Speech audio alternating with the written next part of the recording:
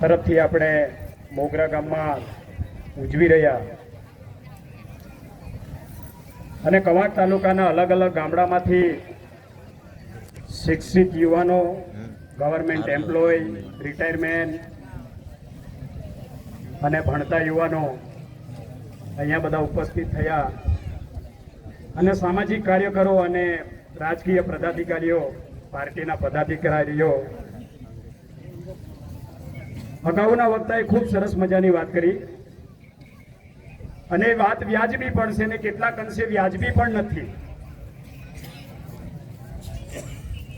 મિત્રો, અમારા ભાઈ શ્રી જતનભાઈ કહેતા હતા કે આંબા ડુંગરની અંદર જે રીરર અને યુરેનિયમ જે નકળવાનું છે એ માત્ર 5 વર્ષ માટે અને રિસર્ચ માટે આપેલું છે, પણ એ કાઢવાનું નથી, અહીંથી માઇગ્રેશન કરવાના નથી, એવો કોઈ પરિપત્ર કે એવું કઈ છે નહીં. પણ મિત્ર, હું જ્યારે નાનો હતો ત્યારે એક સપનું જોયું હતું અને ટીવી મીડિયાઓમાં પણ જોયેલું અને સાંભળેલું કે આજે છત્તીસગઢ, ઓરિસ્સા અને ઝારખંડ એ એશિયા ખંડની અંદર સૌથી વધારે જો ખનિજ પૂરું પાડતું હોય તો ભારતના 3 રાજ્યના આદિવાસી લોકો વિસ્તારમાં છે. આજે છત્તીસગઢ, ઓરિસ્સા, ઝારખંડની અંદર આપણા જ જેવો આપણો સમાજ ત્યાં વસે છે. એમની પરિસ્થિતિ કેવી છે આપ સૌ જાણો છો. સોશિયલ મીડિયાના માધ્યમથી, ટીવીના માધ્યમથી એકબીજાની વાત સાંભળીને પણ ત્યાં શું સિચ્યુએશન છે એ આપણે બધા જાણીએ છીએ. ત્યાંનું શાસન અને પ્રશાસન અને કોર્પોરેટર કંપનીઓ સાથે મળી આદિવાસીઓને જમીનના બદલામાં જમીન આપવાનું વચન આપી એમની જમીનો લઈ લીધી અને કોર્પોરેટર કંપનીઓને ખનિજ કાઢવા માટે જમીનો આપી દેવામાં આવી. આજે પણ ત્યાંના આદિવાસીઓ પોતાની ગયેલી જમીન પાછી મેળવવા માટે સંગઠિત થઈને સરકારની સામે અવાજ ઉઠાવે કે આંદોલન કરે ત્યારે એને એન્કાઉન્ટર કરીને મારી નાખવામાં આવે, એમને નક્સલવાદના નામ પર મારવામાં આવે, પૂર્વોત્તર રાજ્યની અંદર એમને માઓવાદના નામ પર મારવામાં આવે. ક્યાંક એ પરિસ્થિતિનું નિર્માણ જતનભાઈ અહીંયા પણ થઈ શકે એ મૂળ બાબત છે. એટલે પાણી પહેલા પાળ બહુ જરૂરી છે. આ તબક્કે તમને બીજી વાત કરું, આ ભારત દેશ જે ચાલે છે એ રાષ્ટ્રપતિ હોય, ચાહે વડાપ્રધાન હોય, ચાહે ન્યાયપાલિકા હોય, એ ભારત દેશના બંધારણના ડાયરેક્શન પ્રમાણે આખો દેશ ચાલે અને બંધારણ આજના યુગની અંદર સર્વોપરી બંધારણ છે.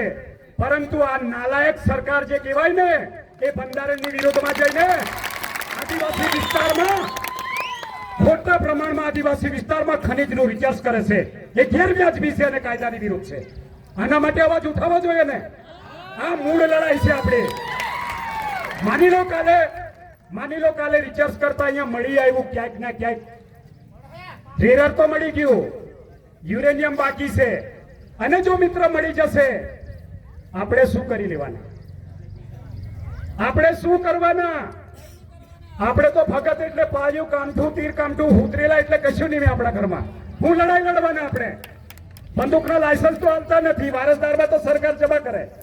આ પ્રી પ્લાનિંગ છે. એટલે આ લડાઈ લડવાની જરૂર છે.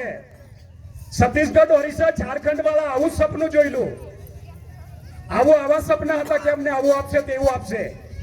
તાજેતરમાં 2013 ની અંદર સરદાર વલ્લભ પટેલનું સ્ટેચ્યુ બનાવવા માટે આ ગુજરાતની ગવર્મેન્ટ અને હાલના વડાપ્રધાન મુરબ્બી નરેન્દ્રભાઈ મોદીએ એકતા યુનિટીના નામ પર સરદાર સ્ટેચ્યુ બનાવવા માટે ગામડે ગામડે ઈંટ અને લોખંડ કલેક્શન કર્યું હતું અને તેમાં પણ ત્યાંના સ્થાનિક આદિવાસીઓને કહેવામાં આવ્યું હતું કે તમને જમીનના બદલામાં જમીન મળશે, જ્યાં સુધી તમને જમીન નહીં મળે તો તમને ઉપા પાકનું વળતર આપીશું. અને આદિવાસી લોકોને સ્ટેચ્યુ 3000 કરોડ રૂપિયાના ખર્ચે બનાવ્યું. એમાં લેબર મજૂર તરીકે પણ આપણા લોકોને પોટલા ઉચકાયા અને સરદાર પટેલનું સ્ટેચ્યુ બની ગયું અને વારલો રૂપિયો કમાવાનો આવ્યો તે સૌરાષ્ટ્ર અને કચ્છ અને મહેસાણા વાળાને નોકરી આપી, આપણા વાળાને ગાંડ પર લાથ મારીને કાઢી મૂકવામાં આવ્યા. આ પરિસ્થિતિ છે. એટલે કોઈએ ચૂપચાપ બેસી રહેવાની જરૂર નથી. મર્દાનગીથી લડવાની તૈયારી રાખો. હાંડો બાકી બરબાદ થઈ જશો. આ તમને કહી દઉં, આ સરકારો આપણી નથી અને તમે મેં MLA MP તરીકે ચૂંટીને મોકલો છો ને, એ તમારા નથી. પાર્ટી એમને ટિકિટ આપે, ઉદ્યોગપતિઓ રૂપિયા આપે, એ ઉમેદવારને રૂપિયા ચૂંટણી લડવા આપે તે તમને દારૂ ઢોલકન તપેલા ફપેલા આલે વોટ લઈ જાય એટલે પાર્ટીનું કામ કરશે, તમારું નહીં કરે. આ વસ્તુ યાદ રાખજો, પાક્કા દલાલો છે. અમારા સુવર્ણાક્ષરમાં શબ્દ લખી લેજો.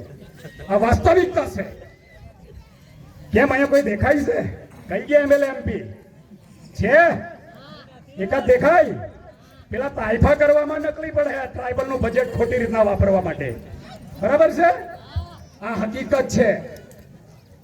તો સરદાર વલ્લભ પટેલ નું સ્ટેચ્યુ બનાવીને ત્યાંના તળવી લોકોની જમીનો લઈ લીધી મિત્ર. એક એકડ જમીન 15 કરોડ રૂપિયામાં જમીન મોટા મોટા ઉદ્યોગપતિઓને પ્લોટો પાડીને વેચી છે.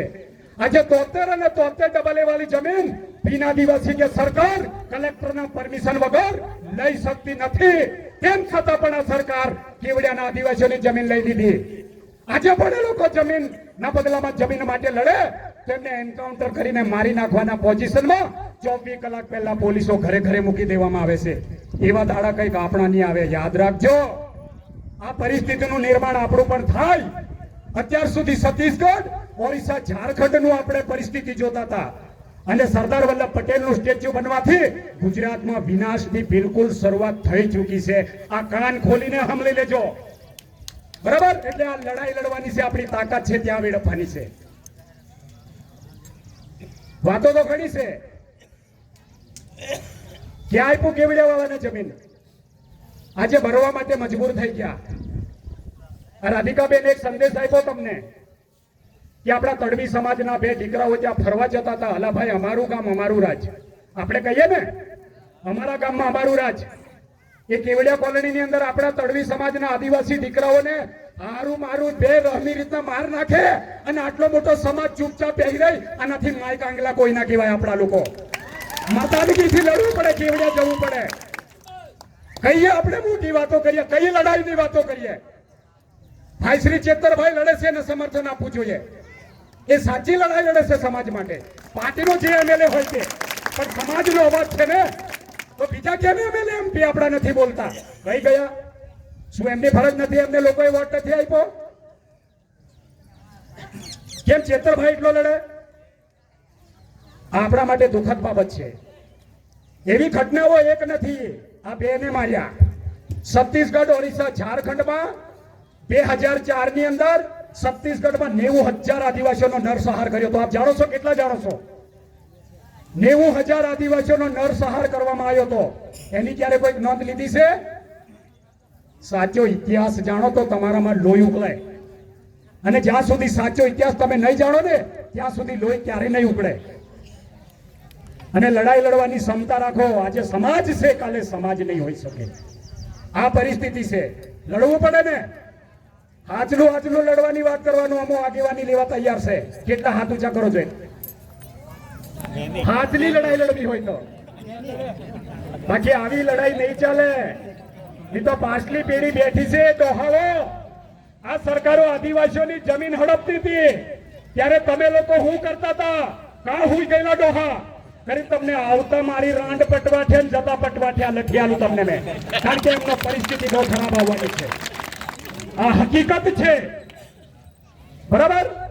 આ વિકાસના નામ પર ઉમરગામથી અંબાજી સુધી જેને ટ્રાઇબલ બેલ્ટ કહેવામાં આવે અને 14 જિલ્લાની અંદર 29 જાતિમાં વેચાયેલો આદિવાસી સમાજ અને ગુજરાતની અંદર 1,25,00,000 આદિવાસીઓ છે.